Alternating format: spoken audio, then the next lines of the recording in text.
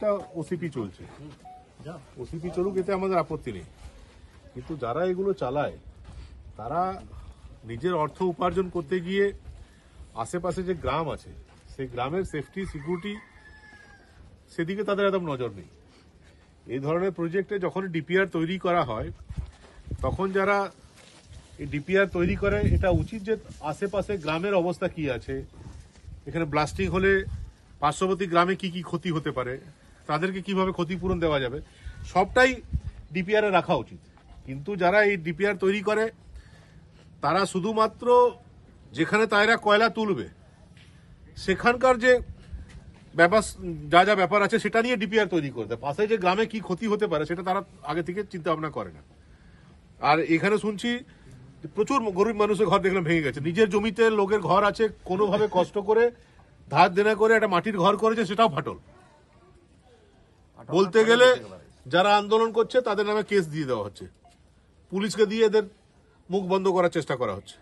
আজকে আমরা এসছি, আমাদের বিজন মুখার্জি আমাদের, উনি এই গ্রামের বাসিন্দা, উনিও এসছেন, আরো আমাদের মন্ডল প্রেসিডেন্ট আছে, সবাই এসছেন, বিভিন্ন মোর্চার নেতারা এসছে। আমরা আজ দেখে গেলাম, আমরা বলেছি গ্রামের লোকদেরকে যে 3 দিনের মধ্যে সার্ভে করে যাদের এই ধরনের ক্ষতি হয়েছে তাদের তালিকা দে, এই লড়াই আমরা লড়বো, এটা ছেড়ে দেবো না। কে অর্থ রোজগার করবে, কে হাজার হাজার কোটি টাকা কামাবে, সে কামাক আমাদের দেখার দরকার নেই, কিন্তু গরিব মানুষ মেয়ে ধার করে যদি একটা মাটির ঘর করেছে, সে মাটির ঘরটা কেড়ে নেওয়া অধিকার কারো নেই। দুমুঠো কেউ দিতে পারবে না, আর নিজের কষ্টে যদি কেউ জোগাড় করেছে সেটা কেউ কেড়ে নেবে, আর আমরা বসে বসে দেখবো, এটা হতে পারে না। এটা করতে পারছে কারণ শাসক দলের সমর্থন আছে, শাসক দলে যারা আছে, নেতা মন্ত্রী যারা আছে, তাদের কাছে তো মানুষ যাবে, তাদের নিজের দায়িত্ব পালন করছে না। আপনি দেখবেন আগে যারা এমএলএ টেমএলএ হতো বা যারা বড় বড় নেতা হতো তারা কি ওপেনিং করতো, স্কুল হলে তার ওপেনিং করতে যেত, কমিউনিটি হলের ওপেনিং করতে যেত। এখন তৃণমূল কংগ্রেস নেতারা কি ওপেনিং করতে যায়, প্যাচের ওপেনিং করতে যায়। কোথায় কয়লার প্যাচ হবে সেটা ওপেনিং করবে কে, তৃণমূল কংগ্রেস নেতারা। তো তারা তো মালিকের পক্ষে, তারা সবসময় মালিকের পক্ষে, আর যে মালিকের পক্ষে থাকবে সে গরিব মানুষের পক্ষে থাকতে পারে না।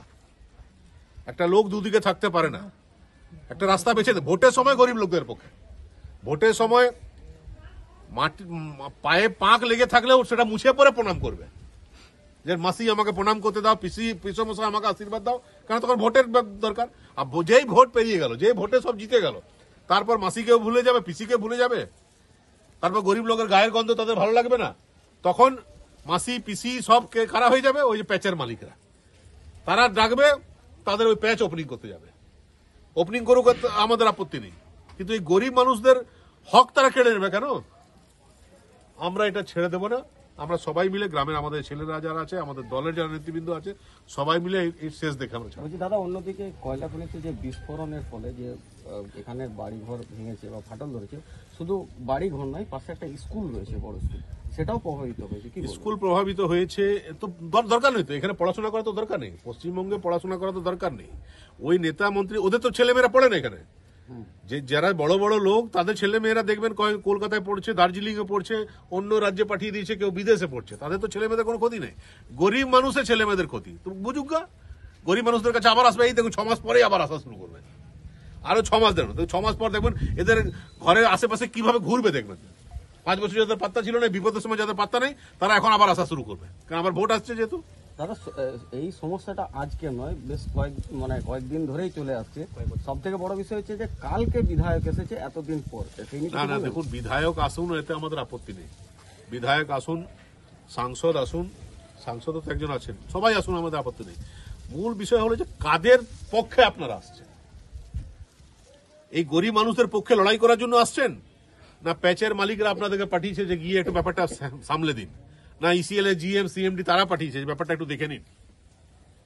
তাদের কাদের হয়ে আসছে সেটা নির্ভর করবে তারা কি করছে তার উপর। তারা যদি এদের হয়ে লড়াই করে আমরা স্বাগত জানাবো। বিধায়ক যদি এই গরিব মানুষদের পক্ষে লড়াই করে, চলো আমরা লড়তে রাজি আছি, তাহলে আমরা স্বাগত জানাবো। সাংসদ যদি শত্রুঘ্ন সিনহা আসেন, বলেন যে না চলো আমি লড়তে রাজি আছি, আমরা স্বাগত জানাবো। কিন্তু আমাদের সে বিশ্বাস নেই। আমরা জানি যে তারা এসছেন, তারা জানেন, তারা আগে থেকে জানতেন যে আমরা আজকে আসতে চলেছি, সে কারণে তারা এসছেন, জানেন যে, এবং এসে টুপি টাপি পরিয়ে দিয়ে আমি আসছি দেখছি এইসব করে দিয়ে ব্যাপারটাকে ধামাচাপা দিয়ে চলে যাবেন, এবং ওইদিকে গিয়ে বলবেন আমি সব ম্যানেজ করে দিয়ে চলে এসেছি, তোমাদের চিন্তার কিছু নেই। এরপরে আমরা বলছি যে আমরা এটা নিয়ে রাজনীতি করতে চাই না। গ্রামের লোকেদের স্বার্থে, গরিব লোকেদের স্বার্থে যদি তারা সত্যি সত্যি এদের পাশে থাকতে চায়, আমাদের কোনো এখানে নেতা হওয়ার জন্য আমরা আসিনি, তারা এদের পাশে থাকুক না, আমরাও সমর্থন করবো, তারাই সামনে থাকুক, আমরা পিছনে থাকবো, কিন্তু লড়াইটা যেন সঠিক হয়। তালিকা তৈরি করার পর সেটা আমরা ইসিএল কে, সিএমডি কাছে দেবো, কয়লা মন্ত্রকে দেবো, এবং থানাতেও দেবো, সব জায়গায় দেবো, এবং ক্ষতিপূরণের দাবি করব।